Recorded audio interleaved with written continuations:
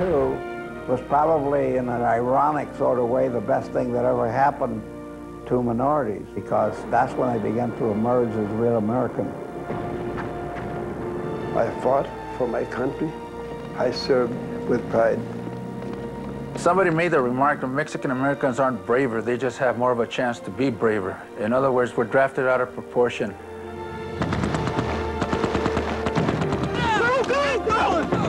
It's in our blood to be soldiers, to be warriors. Latinos have always been overrepresented in the armed services, starting with World War II, and have served valiantly and heroically.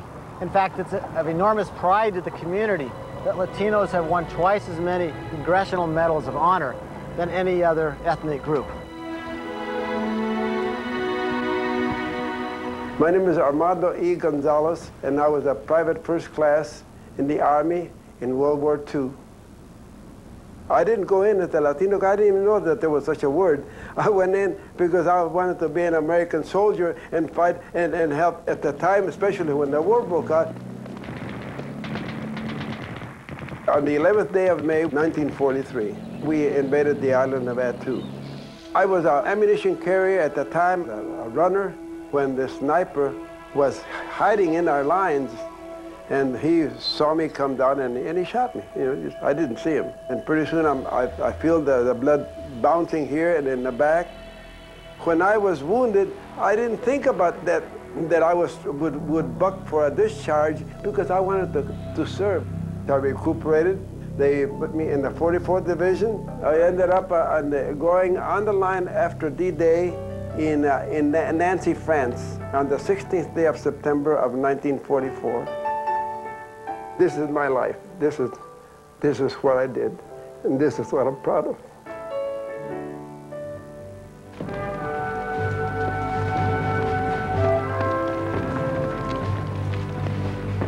World War II was a watershed event for Latinos. It had a dramatic effect. The children of immigrants, by serving in World War II, became full Americans. Unlike African Americans, who had segregated units within the military, Latinos were integrated into the larger armed services.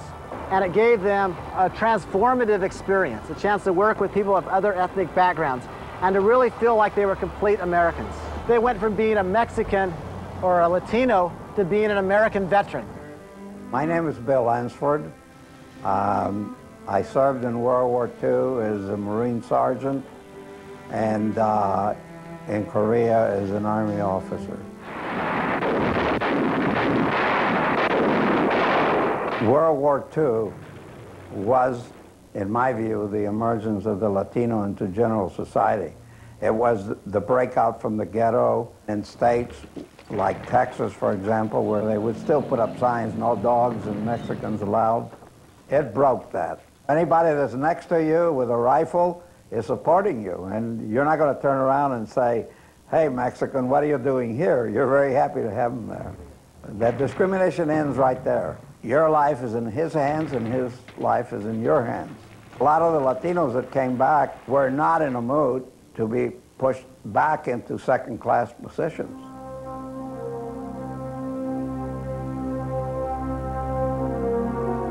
My name's Eddie Morin. I'm a Vietnam veteran.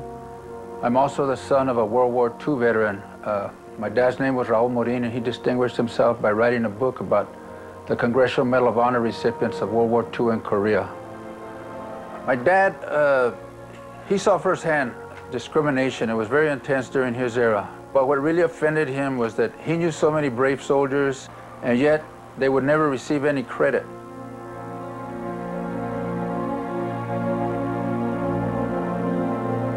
The GI Forum was founded by Dr. Hector Garcia, a World War II vet. And when he came back to his native Texas, he saw that the discrimination was just as bad as ever, and it really outraged him.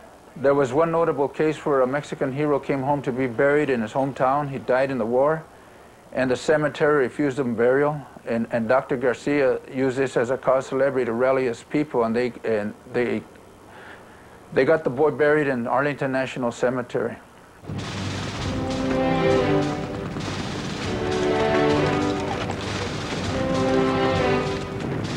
By the time that Korea came along, the Latinos had been pretty well accepted, and I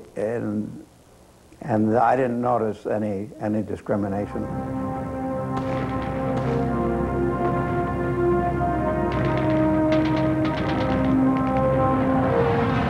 Latinos have served disproportionately. At the time of the Vietnam conflict, we were somewhere about 5% of the population, and yet there was like 10 or 12% of us fighting in Vietnam.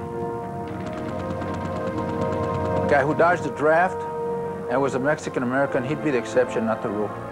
I decided to write a book about Vietnam because, as you know, it was a very difficult war. The Vietnam veteran was not treated fairly. There was a lot of Chicanos that distinguished themselves, were decorated, but they never got the recognition that they should have. My name is Luis Gonzalez. I was an E4 in the U.S. Army and served in Operation Desert Storm. I think that as a culture, we look into soldiers in a proud way, and part of our culture actually motivate us to be soldiers.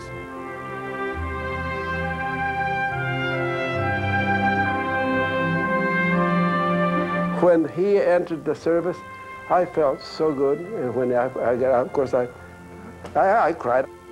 I was always proud of my grandpa and telling my friends growing up, hey, my grandpa served World War II and he got wounded and he got all these medals. We have a grandfather, a father, and a son, and we had two of those soldiers that actually served in different wars.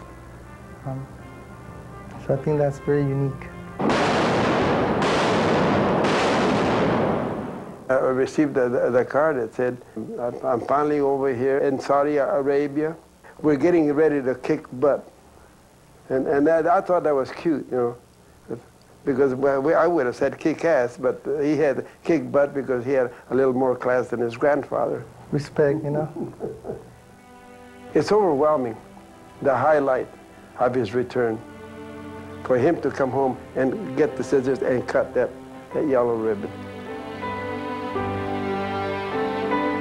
This memorial to the 40 Medal of Honor, Latino Medal of Honor recipients is something which is long overdue.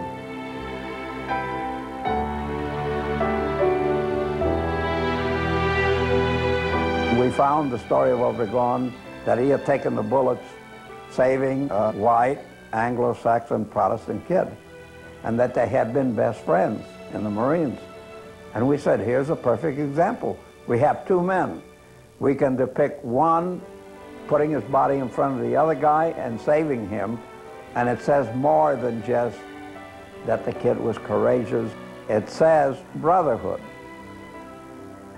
Latino kids who have a very small sense of worth because they don't know exactly where they fit will be able to look at the statue and say, oh yeah, no, we are worth something. We are somebody. We are part of America.